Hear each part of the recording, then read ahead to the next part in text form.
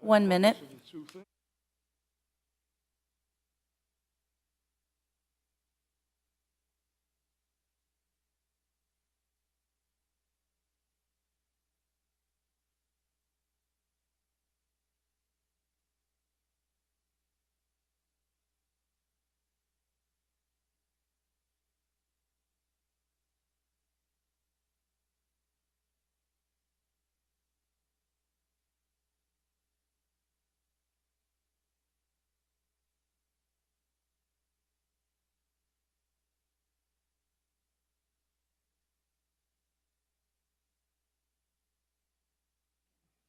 We'll call the meeting of the Planning Commission for February 4th, 2025 to order.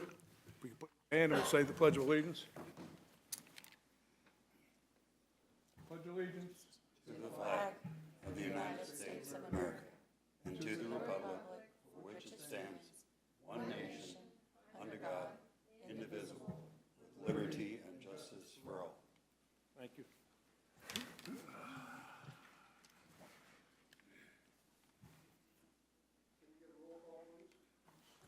Commissioner Richards, Here. Alderperson Denham. Here. Commissioner Green. Commissioner Hillis. Here. Chairperson Groman. Here. Vice Chairperson Dieger. Here. Commissioner Morale. Here. Commissioner Martinowski. Here. Commissioner O'Day. Here. And Commissioner Gore. Here. You have a quorum.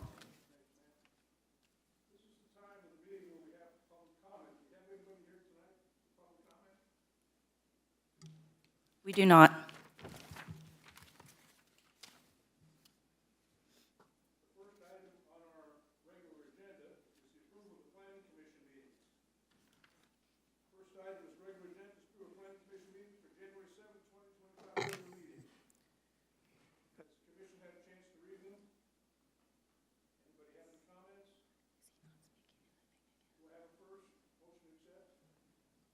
I'll make the motion.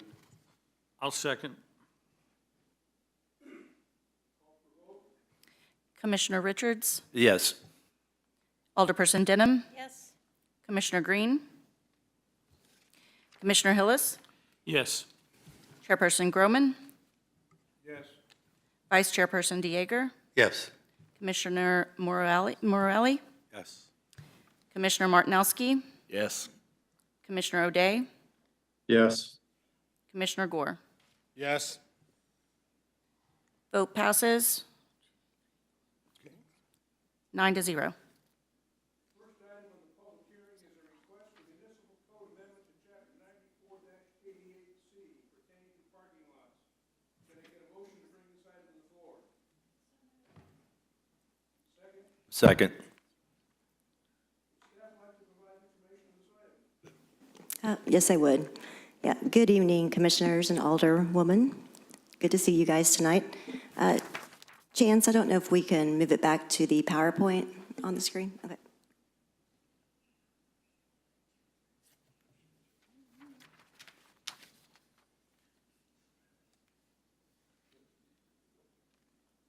Okay, yeah, so our first public hearing tonight is a code amendment pertaining to parking areas.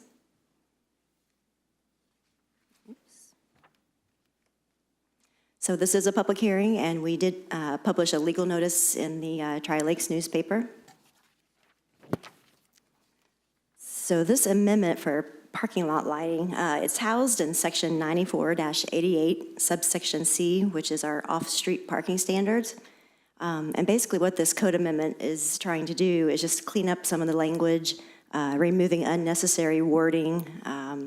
It's also got an emphasis on minimizing the illumination onto all adjoining property, not just residential. So if you look at the paragraph above, this is the proposed code amendment with the strike-throughs of what we're proposing to remove. But basically it reads, parking lot lighting. Lighting provided for off-street parking spaces shall be arranged to minimize illumination onto adjoining property and to prevent glare directed at vehicles on streets and alleys. So basically just got rid of a lot of the so and so ases and The landscaping and other vegetation portion didn't make a whole lot of sense to us, so we removed that. And we just think this makes it a little bit more clear. So for this one, staff recommends approval. I'd be happy to answer any questions you may have.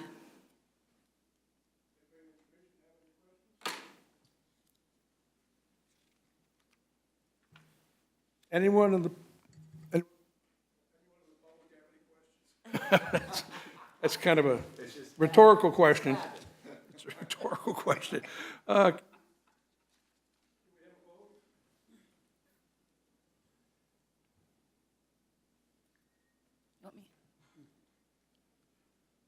I I'll make a motion. have a I'll second it. No? All right, Commissioner Richards? Yes. Alderperson Denham? Yes. Commissioner Green? Commissioner Hillis? Yes. Chairperson Groman? Yes. Vice Chairperson Dieger? Yes. Commissioner Morale? Yes. Commissioner Martinowski? Yes. Commissioner O'Day? Yes. Commissioner Gore? Yes. Commissioner O'Day, I'm sorry, we didn't have your video up. Can you please vote again? Yes. Thank you. 9 yay, 0 nay, motion carries. Chairperson Groman, before we go, can you close the public hearing in regards to the last amendment that we just heard and voted on? Staff presented, and then you allowed for speaking, and then we need to close the public hearing. Okay. Let's,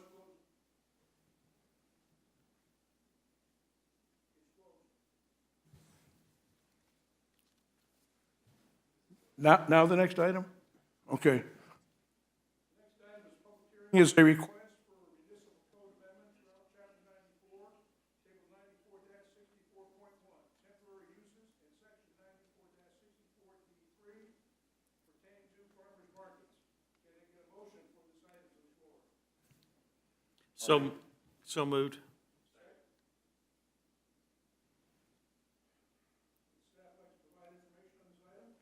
Yes, I would. Okay, so this is our second public hearing pertaining to farmers markets. Again, it's a public hearing published in the Branson Tri-Lakes News. So Section 94-17 is our temporary use permit section. And basically, the purpose of a temporary use permit is to allow uses of a temporary nature on private property to exist for a specific length of time, you know, not to adversely impact the general welfare of persons residing in the community. And a farmer's market does require a temporary use permit. So current code, you know, requires this permit for a farmer's market, and they are allowed to operate up to 52 days per one consecutive occurrence. Our current code also allows for agricultural and non-agricultural vendors to participate in a farmer's market. And they also, it goes on to require the applicant to specify the quantity of vendors that are to be considered for an event. And basically it says a maximum of 25 ag vendors and up to 5 non-ag vendors are permitted. So what staff is suggesting with this code amendment is to utilize a majority rather than limiting the maximum number of ag vendors versus non-ag vendors. We feel like this might offer some flexibility for the event applicants and for staff as it relates to permit submission and reviews of these permits. So here's what the amendment looks like for the farmer's market.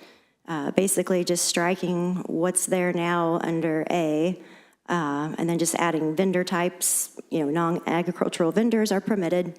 The majority of vendors must be agricultural vendors. We do have other regulation there pertaining to operation hours, the maximum area, square footage, and also operating rules. We do require the farmers market to submit their rules and regulations of how they're going to operate and manage their farmers market. So the second portion of this amendment has to do with the temporary use permit table. So currently, right now, if you go to our temporary use permit table, It allows farmer markets in the NC, neighborhood commercial, mixed use, community commercial, downtown, and entertainment district. But then it was blank, not permitted in agricultural district. So we went ahead and put a T in there as only allowed in A only, which is the ag zoning district. We thought it might be appropriate that you could have a farm and want your farmer's market on site. So those are the only two amendments to that portion, and staff recommends approval, and happy to answer any questions.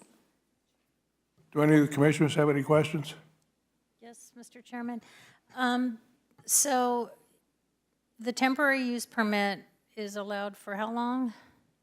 The way for a specific for a farmer's market is you would get one, and typically it's like a seasonal type situation like the one we have here down kind of by the Branson Landing. So technically they can have one per year, but they can do 52 days consecutively. Okay, thank you. You're welcome. Yes, sir. When does the non-agricultural part of it stop? Is there? Well, we have a different category in our temporary use table. So basically, the farmer's market is kind of what you would think of, vegetables and things like that, but they do supplement non-ag vendors for baked goods and stuff like that, maybe candles, you know. But we do have another category in our temporary use table for outdoor sales and promotional events. So that's geared more towards like commercial sales versus the ag sales. And it has different duration and occurrences for that type of an event. So would it become a market when it passes non-ag? Pardon? And that's right. So the way we've written the amendment is that you have to have a majority of ag vendors. So that would be the farmer's market if you have a majority of ag. If it's not, then it would probably fit into the outdoor sales, commercial sales. Correct. Any other comments from commissioners? I just had one question. So if you have 30 and 16 of those are not ag, does that automatically kick it over to the other statute? If the majority is ag, it would still be the farmer's But if market. it's non-ag, if 16 of them were not ag, then that would make it the outside commercial? Not if it's less than the number of ag vendors, if I'm understanding that correctly. No, if it went over. If your Oh. ag was 14 and then you hit 16 on the not-ag, Oh, would that correct. automatically convert Correct. it over to the? Yeah, and then if it were to do that, if there were more just non-ag vendors, it would fall into that different category, which is actually kind of what we've been seeing happening here. And then if it is an outdoor sales event, it has different rules as far as how often you can do it and duration, which I think it's, you can have 7 per parcel per year, and then the days per occurrence is 5 consecutive days. So it's not as long. Right, and that's the reason I'm asking is because if it kicked over automatically, then it would eliminate that 52-day consecutive and knock it back to 5. Correct. Okay. Any other questions? I have one more. Thank you. So who is responsible for ensuring the 50% rule? The applicant? Yeah, and that's kind of what we've struggled with, because it's a fluid process. I mean, sometimes the applicant doesn't even know who the vendors are going to be. You know, if you have it twice a week, it's like on Wednesdays and Saturdays here. I would assume it's probably pretty fluid. I think it's on a case-by-case basis. If somebody calls in, complains, if I'm down there, because I go to it during the summertime, and notice something, then we would have to, you know, investigate and get some information. But we do require the rules and regulations for their operation to be submitted at the time of the permit. Okay, thank you. Any other questions? I'm assuming we don't have anybody for public comment? Hearing none?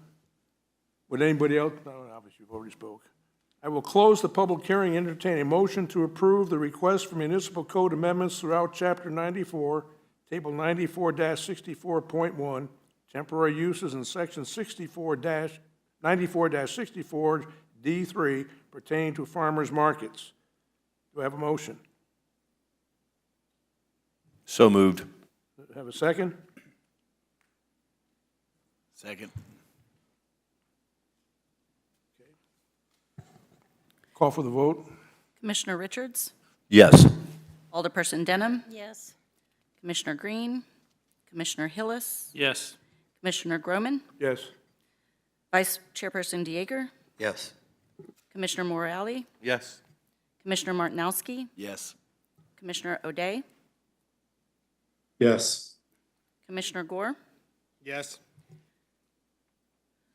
9 votes yea, 0 votes nay, motion carried. Thank you.